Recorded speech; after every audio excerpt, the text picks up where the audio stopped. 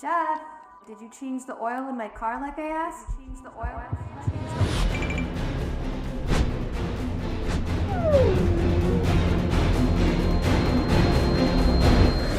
Yeah, of course. I'm getting on that right now. Forget that your inbox is overflowing, and remember, nothing says tranquility like ignoring your responsibilities.